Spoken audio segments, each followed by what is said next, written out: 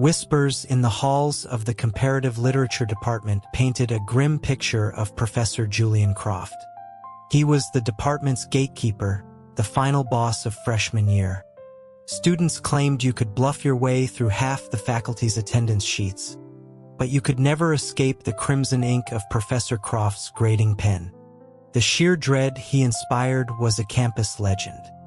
Newcomers from other departments, drawn by his academic reputation, would often inquire about him in hushed tones, wondering if the stories of his severity were exaggerated, or perhaps hinting at a different kind of faculty-student relationship. The literature students would just shake their heads. An inappropriate relationship would have been a blessing.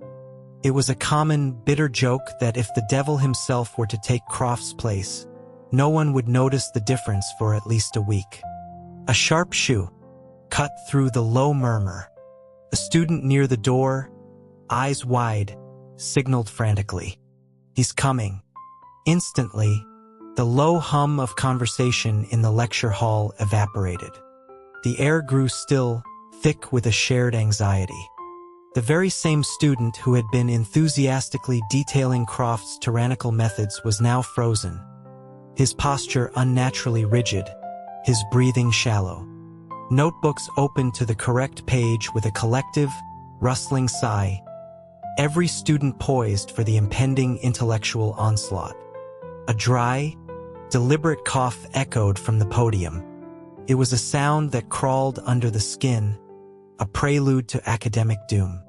The last time Croft had coughed like that, a visiting student from the arts program, who had dared to challenge one of his interpretations, was verbally dismantled with such surgical precision that she fled the room in tears, never to return. The students kept their eyes glued to their books, their heads bowed as if in prayer, though their ears strained to catch every nuance of the tense silence. They collectively willed themselves to be invisible, simultaneously desperate to avoid being the target of his wrath and morbidly curious about who the unfortunate victim would be this time. "Laura, please stand." Julian Croft's voice was devoid of any emotion. The young woman in the seat directly in front of Ethan Hayes rose unsteadily, her voice trembling when she managed to faint "Professor?" A smirk played on Ethan's lips, one he quickly suppressed. Laura, the overeager class president, was known for leveraging her position to curry favor with the faculty. Her perfect GPA was a source of constant speculation. No one was quite sure if it was earned through intellect or sycophancy. Croft's gaze was glacial as he stared at the trembling student. He held up a pale pink envelope between his thumb and forefinger, asking if it was her who had placed a love letter in his faculty mailbox. The question detonated in the silent room. A wave of shock, followed by a ripple of incredulous murmurs, swept through the class. After the last public humiliation of a would-be admirer, that someone still possessed the audacity to confess their feelings to Julian Croft was beyond comprehension. The class's opinion of Laura shifted in that instant from mild annoyance to a sort of grudging respect for her sheer, reckless courage. Laura's face paled, and she insisted it wasn't her, her voice cracking under the pressure.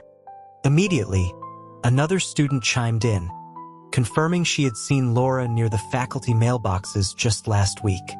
Who else could it be? Laura shot a fiery, tearful glare at her accuser, threatening to report her to the dean for slander. A few others joined the chorus, all certain they had witnessed the same thing. The carefully controlled atmosphere of the classroom was beginning to fray. Just as the situation escalated, a clear, steady voice cut through the noise. "Professor Croft, may I interrupt?" Julian Croft's eyes narrowed. It was Ethan Hayes, his most reliable class representative, the very student he depended on to manage the class and enforce his stringent policies. After a long pause, he gave a curt nod of assent. Ethan cleared his throat softly, his gaze meeting Croft's directly. He calmly announced that he had been the one to ask Laura to deliver the letter. The room fell silent once more. Croft's fingers tapped a slow, deliberate rhythm on the polished wood of the lectern. His eyes swept over the sea of stunned faces before finally settling back on Ethan's composed, handsome features. "A love letter for me, Mr. Hayes?" "No, Professor." Ethan's rebuttal was swift and smooth. He clarified that the letter was intended for the new teaching assistant, Wendy, and that Laura must have put it in the wrong box by mistake. Julian Croft felt a sting, sharp and unwelcome, as if he'd been slapped. He had been watching the boy for a year, this promising cub, and had mistaken his diligence for budding interest.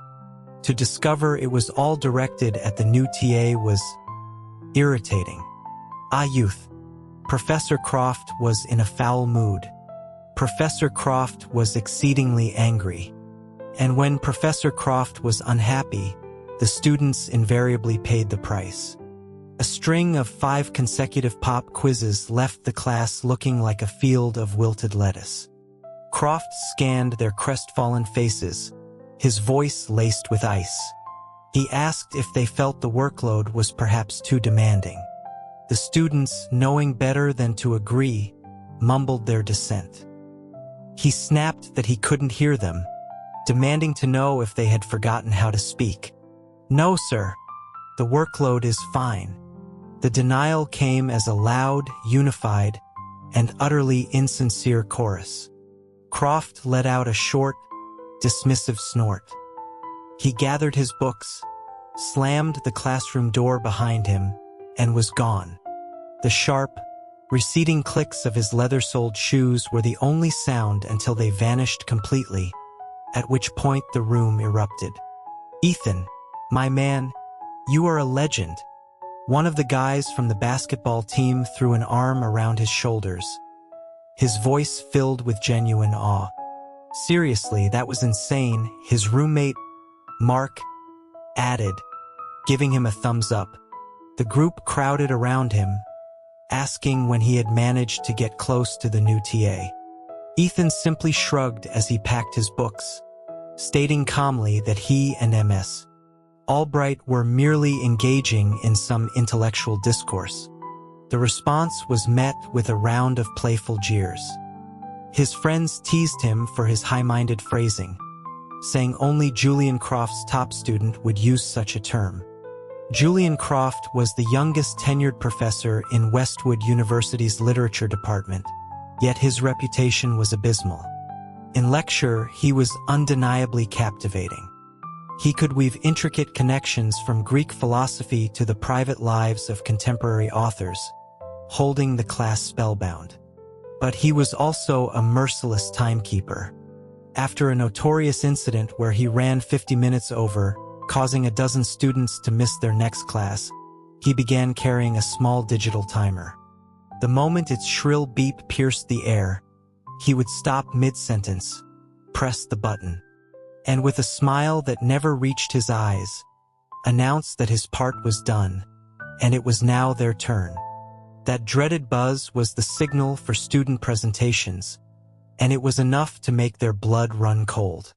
He placed an immense weight on class participation, ensuring every student in his 100-person lecture had to speak at least once every 4 sessions.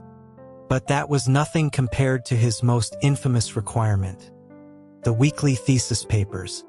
What freshman knew how to write a proper academic paper?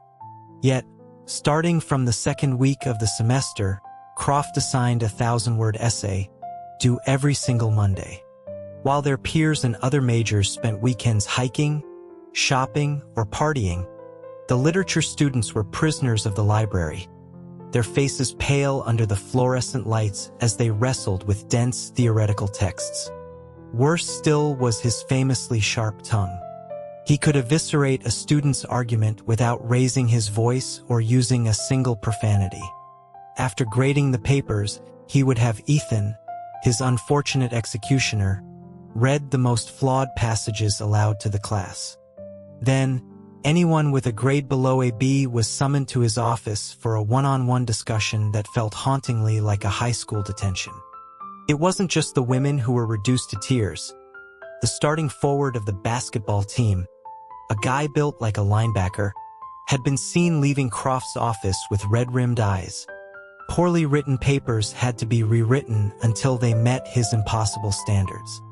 In-class infractions were met with even harsher penalties. One student had been assigned a 10,000-word punishment essay for his phone ringing. This brutal regimen made him deeply unpopular. The story went that the female professor who originally shared his office had begged the department head to move her, claiming she would rather share a broom closet with 10 adjuncts than spend another day with Julian Croft. That such a universally despised man could have a loyal class representative like Ethan Hayes was a mystery to everyone. Ethan had volunteered for the position. Technically, it was an election, but he was the only one who raised his hand. Croft had insisted on a symbolic vote anyway, and Ethan won unanimously. Ethan was naturally affable and well-liked, but his association with Croft had tarnished his social standing. As the enforcer of Croft's cruel and unusual policies, he was the subject of much grumbling. With his looks and personality, finding a girlfriend in the female-dominated department should have been easy, but no one dared get too close. His roommates felt for him, though none would ever dream of taking his place.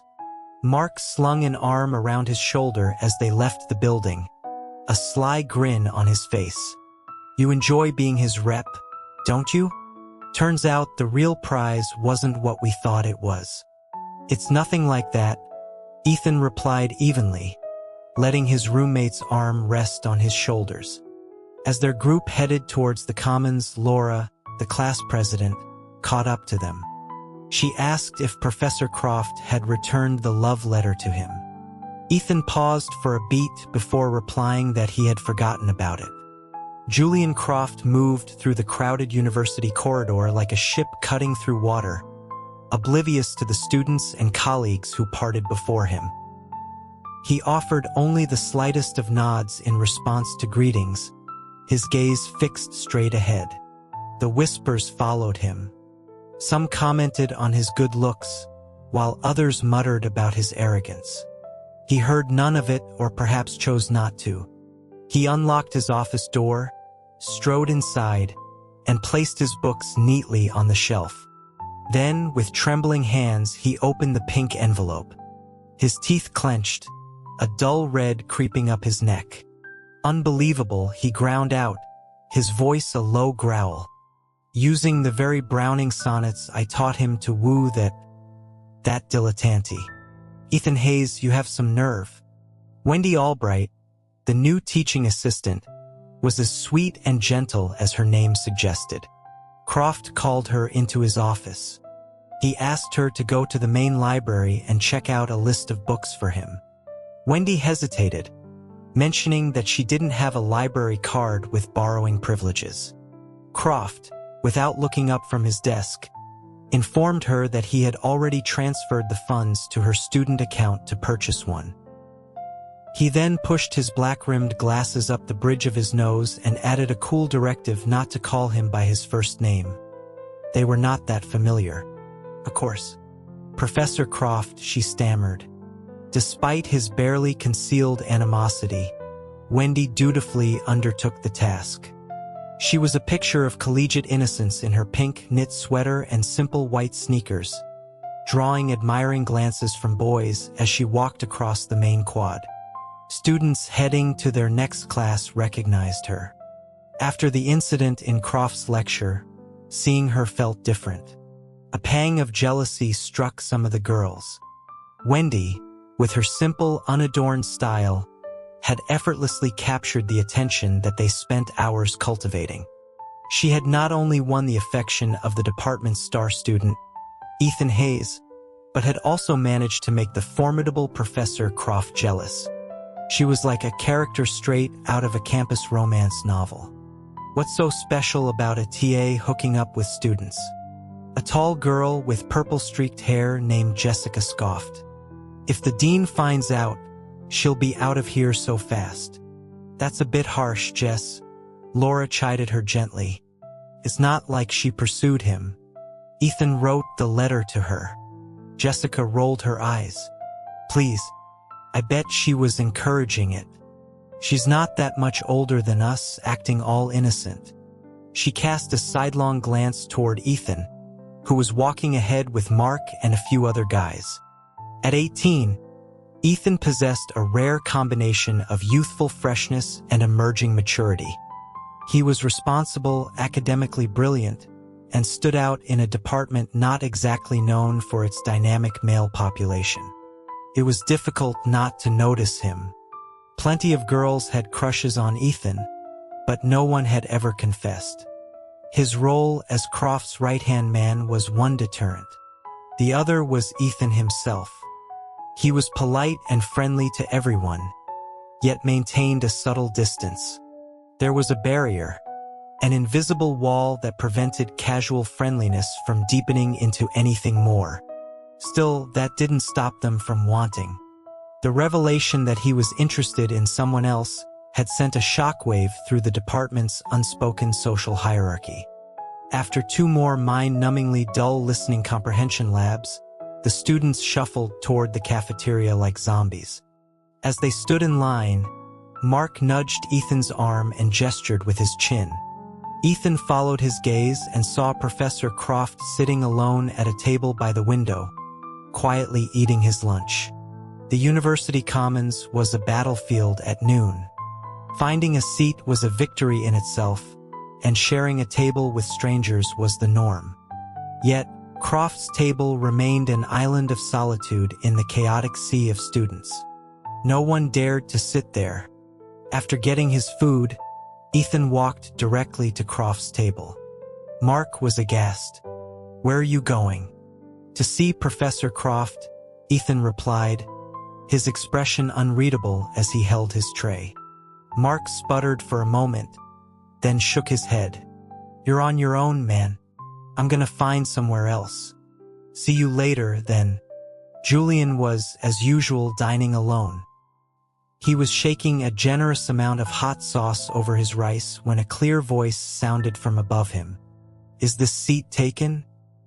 He looked up to see the handsome young man placing a tray on the opposite side of the table. "Yes," Croft said flatly, his face hardening into a stern mask that was only amplified by his severe, black-framed glasses. "That's all right," Ethan said with unshakable politeness. "I'll be gone as soon as I finish. I eat fast." Croft grunted and returned his attention to his food, pointedly ignoring the student. The atmosphere was thick with an awkward silence, broken only by the din of the surrounding cafeteria. Croft hated noisy places, but at this table, with this specific person, the cacophony seemed to fade into a distant hum. He could hear, with unnerving clarity, the sound of Ethan swallowing. He risked a glance up. Ethan sat perfectly straight, slowly working his way through a depressingly bland meal of steamed broccoli, plain rice, and unseasoned chicken breast. It was a wonder he could stomach it. Croft spoke, his voice dripping with sarcasm. "I thought you said you ate fast." "Today's rice is a little undercooked," Ethan replied after carefully chewing and swallowing. Croft's eyes flickered to his own plate, then back to Ethan's. He opened his mouth, then closed it, saying nothing. After a moment, Ethan broke the silence, his curiosity seeming to get the better of him.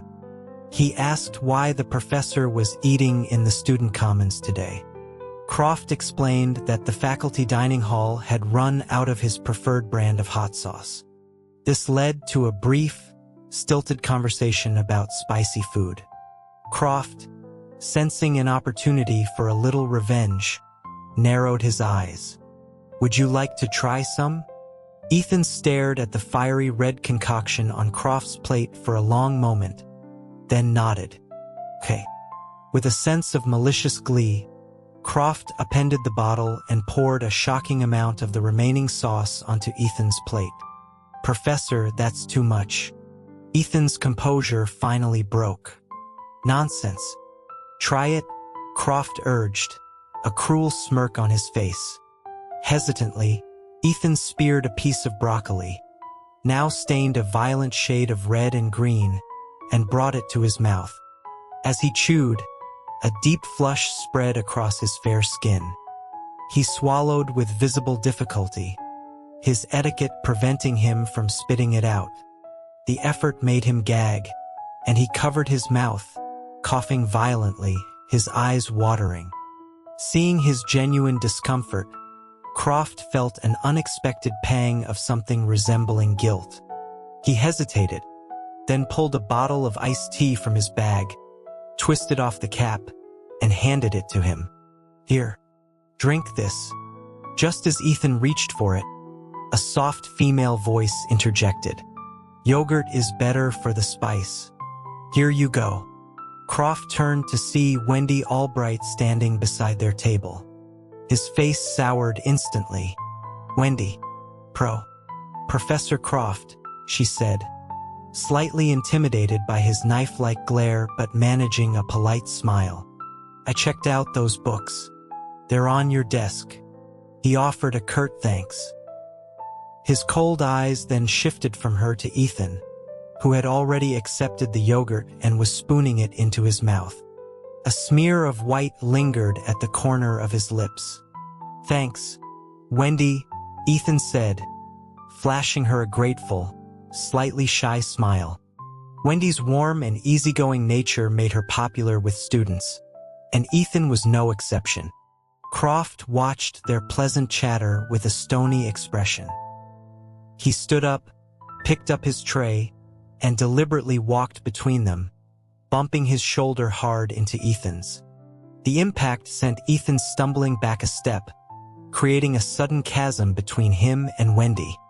Excuse me, Croft said, his tone leaving no room for apology. He ignored the wider, clearer path to his right, his message unmistakable. The blatant rudeness silenced the conversation. Nearby students exchanged knowing glances, recognizing the tense dynamic. This small drama in the cafeteria, however, was just a minor ripple in the vast ocean of university life. Days passed in a predictable rhythm of lectures and library sessions. The students in the literature department noted with relief that Professor Croft seemed to be avoiding them lately, delegating more of his direct interactions to the much more approachable Wendy Albright. Their next private encounter occurred outside the campus coffee shop at the end of October. Golden maple leaves carpeted the ground, and the air was crisp. Ethan, wearing a dark jacket over a light-colored shirt, looked fresh and clean, like a character from a J. Crew catalog. Croft pushed his glasses up his nose, his voice distant. Can I help you? Ethan smiled, his teeth startlingly white against the autumn colors. Hello, Professor. May I buy you a coffee? Croft felt momentarily blinded. I have a class, he said, the lie coming easily. Email me if it's important. He started to stride past the boy, his posture rigid. Just as he was about to dismiss the encounter from his mind, a hand closed around his wrist. The grip was surprisingly strong, pulling him off balance until he nearly stumbled into Ethan's chest. You, Croft began, furious, assuming this was payback for the cafeteria incident. But before he could unleash his anger, a low voice, warm with breath, spoke directly into his ear. My email went unanswered, Professor. Are you avoiding me? The hot air on his ear sent an unwelcome shiver down his spine. He tried to pull away, his voice sharp. Are you questioning me? Are you hiding from me? Ethan's voice was a soft murmur, yet it felt as sharp as a needle against Croft's frayed nerves. Croft finally wrenched his wrist free, his face a thunderous mask. Your impertinence is growing, Mr. Hayes. My failure to reply to your email does not give you license to accost your professor. I didn't mean to accost you, Ethan said, his expression one of pure innocence. He shoved his hands in his pockets and met Croft's glare without flinching. "I just wanted to talk. You don't have a class this afternoon, do you?" Croft was about to deliver another scathing refusal when he caught sight of Coach Davis, the head of the athletics department, walking towards them from across the quad. In a single, fluid motion, Croft grabbed Ethan's sleeve and all but dragged him into the coffee shop. Ethan, noticing the sudden shift, glanced over his shoulder, and a look of understanding dawned on his face. He asked if Professor Croft and Coach Davis were good friends. Who could possibly be friends with that man? Croft sneered, rolling his eyes. "Coach Davis said you two were classmates in college," Ethan pressed, following him to a secluded table on the second floor. Croft merely curled his lip and ordered a double espresso, his treat. Ethan, unfazed, smiled and said that would be fine. When the coffees arrived, Croft stirred his impatiently and took a large gulp, the hot liquid steaming up his glasses. Ethan gently swirled the foam on his cappuccino. "Espresso suits you," he remarked. Croft's brow furrowed. "And what is that supposed to mean? Strong. Intense." There was a playful glint in Ethan's eyes that made Croft deeply suspicious. He felt as though he were being subtly toyed with. He took off his glasses, wiping the condensation from the lenses, and fixed Ethan with a predatory smile. "Would you like a taste?" It was the first time Ethan had ever seen him without his glasses. The eyes they concealed were almond-shaped and surprisingly expressive, with deep-set sockets and slightly upturned corners. They were arresting, a feature so striking it was no wonder he kept them hidden.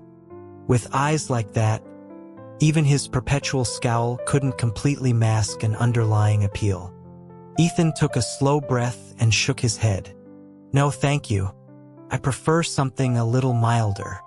Croft drained his cup, leaned back in his chair, and got straight to the point. "So, what did you want?" "Right," Ethan said, clearing his throat. "The department is holding an English talent competition in January. A few of us want to perform a play, and we were hoping you might be willing to act as our faculty advisor." "What play? How many people? Do you have a script?"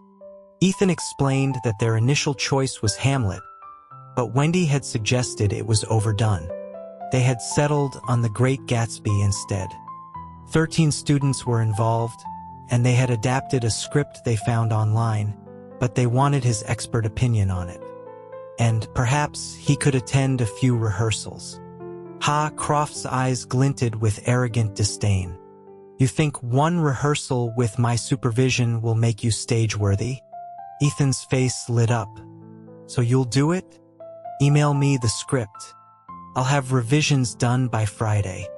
Everyone memorizes their lines by next Monday. Rehearsals will be in the psychology department's activity room." Croft had rehearsed that very play in college.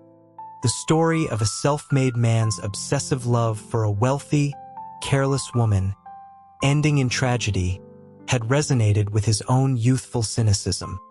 At 19, Julian Croft was already possessed of a formidable intellect and a prickly temperament. 9 out of 10 love letters in the literature department were addressed to him, but he held his peers in contempt, viewing them as shallow social climbers. He alone was the noble scholar, above such petty concerns. The professor directing the play had initially cast him as Gatsby, but the other boys in the cast, resentful of his arrogance, had deliberately given him the wrong time for the first rehearsal. When he failed to show, the professor angrily recast him as the villain, Tom Buchanan, Daisy's brutish, philandering husband.